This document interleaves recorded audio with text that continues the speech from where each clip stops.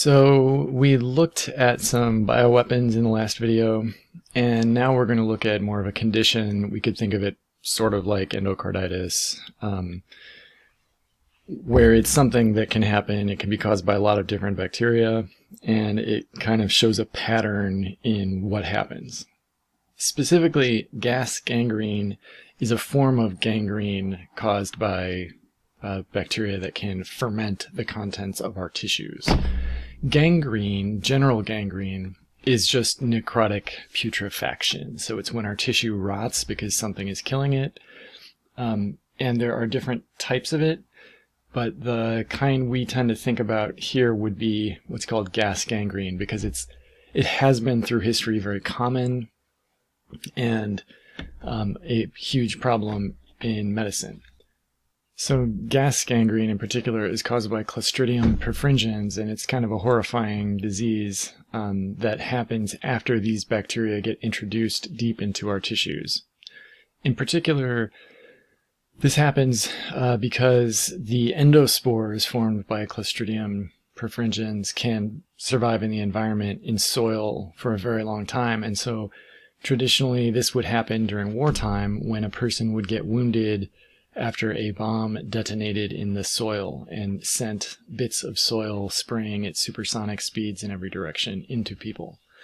And so a person who would not have been in danger of extreme bleeding or not have any kind of serious injury would instead have endospores in their muscle tissue.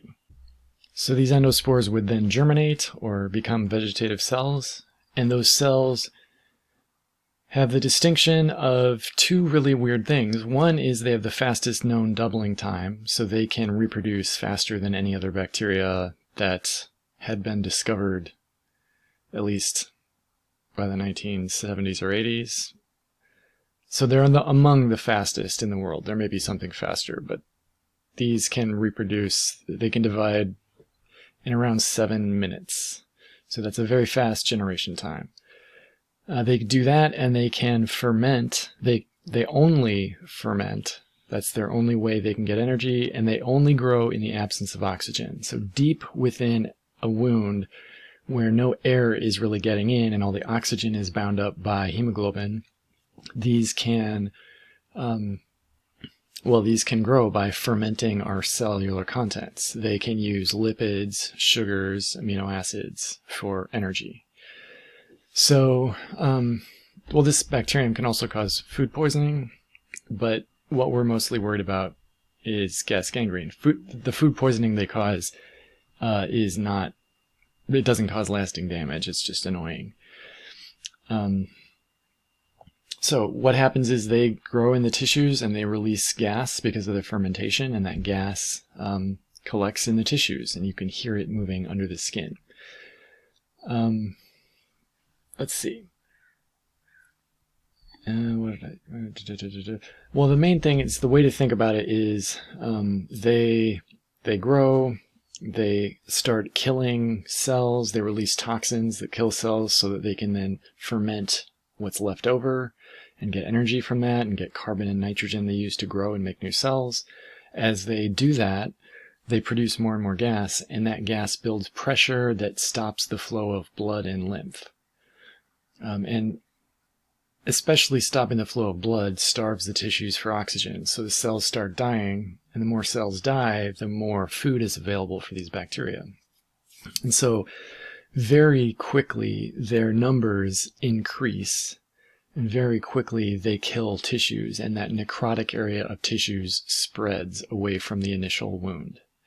And so this traditionally in wartime would be why many people would have limbs amputated, because they'd get a wound and gangrene would begin, and it would specifically be gas gangrene. And before antibiotics were invented, there was nothing you could do other than amputate the limb. In the absence of treatment, in the absence of amputation, in the absence of antibiotics, the area of necrosis would spread, and then there would be extreme immune response. and sepsis-like conditions that would lead to organ failure and death. So gangrene is very dangerous because of how fast it moves. To prevent it, we have to prevent letting the endospores get into our tissues. To treat it, we have to use antibiotics, but remember, the antibiotics have to get to the bacterial cells, and if blood can't flow through a tissue, we have to somehow deal with that. If the tissue has recently lost its blood supply, the cells might not be dead, and so hyperbaric oxygen can saturate the tissues and keep the cells alive, and that slows down the bacteria because they can't grow in the presence of oxygen. So that slows down the bacteria and protects our tissues. Any dead tissue has to be removed very quickly, and so that surgical debridement both cuts down on inflammation and removes anything the bacteria can use to grow. So gas gangrene has been well known by clinicians through history. It's less common now, but certainly they'll see it in hospitals occasionally. Another well-known disease from history that still does occur is plague. This can be the bubonic plague, the black plague, the pneumonic plague. They're all the same, caused by the same bacteria. They're all forms of the same disease. So all of them are caused by Yersinia pestis, which is closely related to E. coli, but behaves very differently. And it typically lives in wild animals, like rodents. And it's spread by fleas, and we'll talk about all of this. What it does is grow in lymph nodes, and they swell extensively, and so a highly swollen lymph node is visible, and it's called a bubo, and that's what led to the bubonic plague, or the bubonic plague. So after a person's infected, ultimately they are experiencing, certainly they're experiencing bacterial infection in their blood and lymph, and so they're getting sepsis-like symptoms. But also plague can attack certain organs. I'm not sure exactly how that works, but plague has been very well known throughout history because of the massive epidemics that happened in cities. Before we understood how it worked, people really didn't know how plague was spread. And it would be started when infected rats would come to a city, and the fleas would jump from infected rat to uninfected rat. So lots of rats would get infected, and if people lived close to those rats, if people couldn't avoid getting bitten by those fleas, then they would get the plague, and that's how an outbreak would start. And so if there was an outbreak happening in a city, no one would want anyone to come from that city to another city. And so they would do things like quarantine ships. Once they knew rats were involved, they would quarantine ships and because ships were how rats could easily go from one city to another. So this still happens, not the ship quarantines, but still rats or other small mammals still carry Yersinia pestis, and in the western U.S. and southwestern U.S., people do still catch it in the same way. People who are exposed to fleas from these animals can still get plague. To understand plague, you have to understand different forms of the disease that really help you see its bioweapon potential and also kind of how an outbreak would have happened. Right. So the bubonic plague is the common form that a person would experience after being bitten by an infected flea. The pneumonic plague is an infection of the lungs. And so what would happen is a person would get the bubonic plague, and if their lungs became infected, or if the bacteria were being shed into their lungs, they would cough and spread the bacteria in aerosols. And nearby people would inhale it. And that's the worst thing that can happen, because now they're inhaling Yersinia pestis and it's attacking their lungs directly. So that's the pneumonic plague. Someone who can cough up the plague bacteria and someone can inhale it, they're sharing pneumonic plague. And someone who inhales those bacteria will quickly start spreading it themselves through their lungs.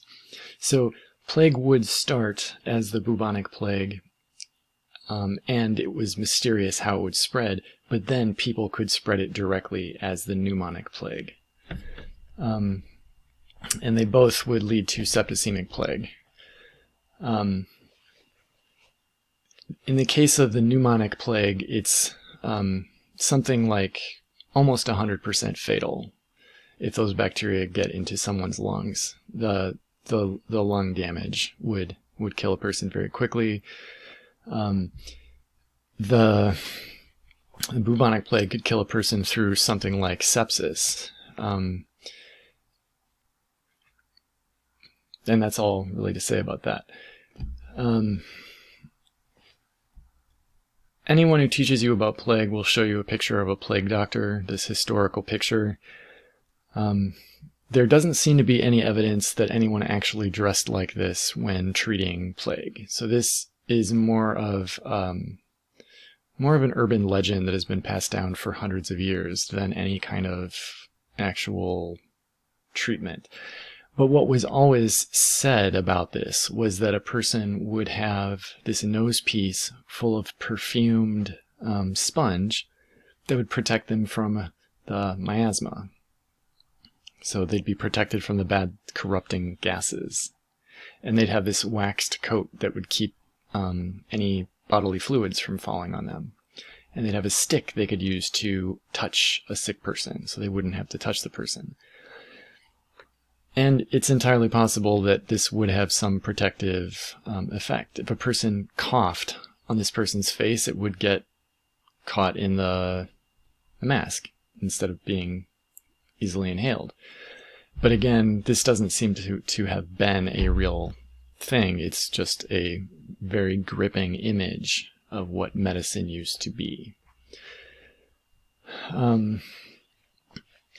There are a couple different ways plague can move. So look through this, because this will tell you about the pathogenesis.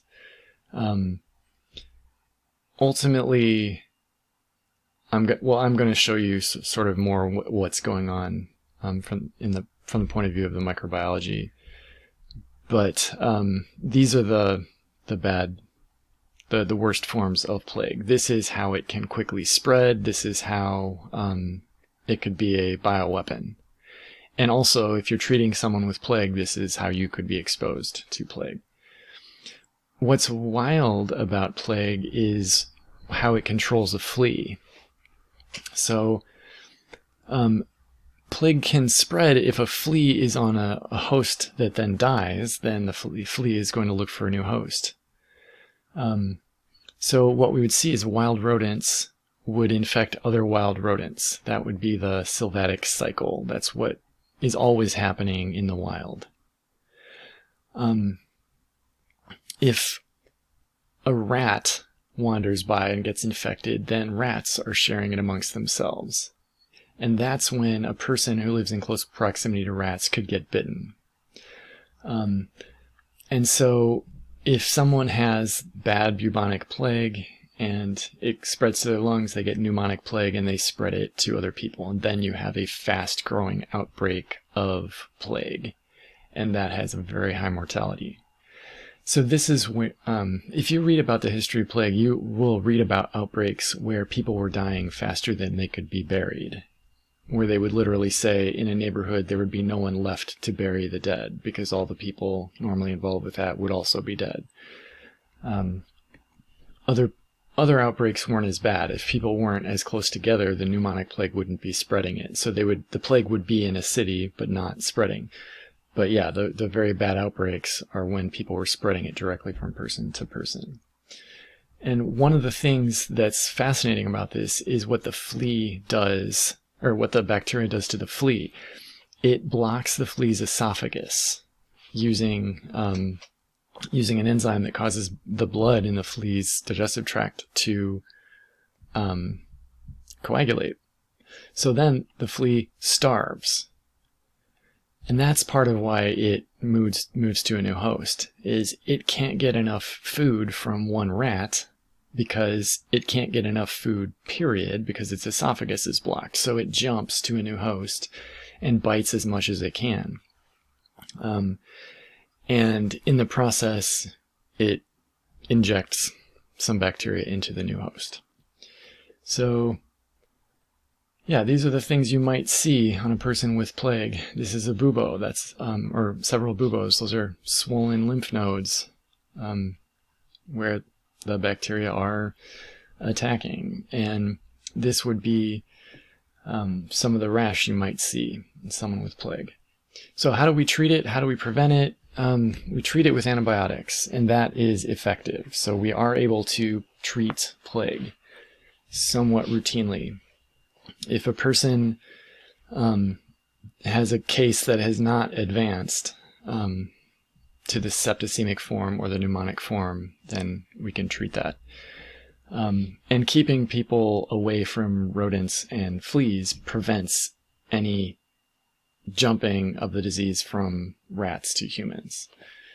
So where it typically happens now is people who live in mountainous or wooded areas where there are rats and fleas will occasionally get infected.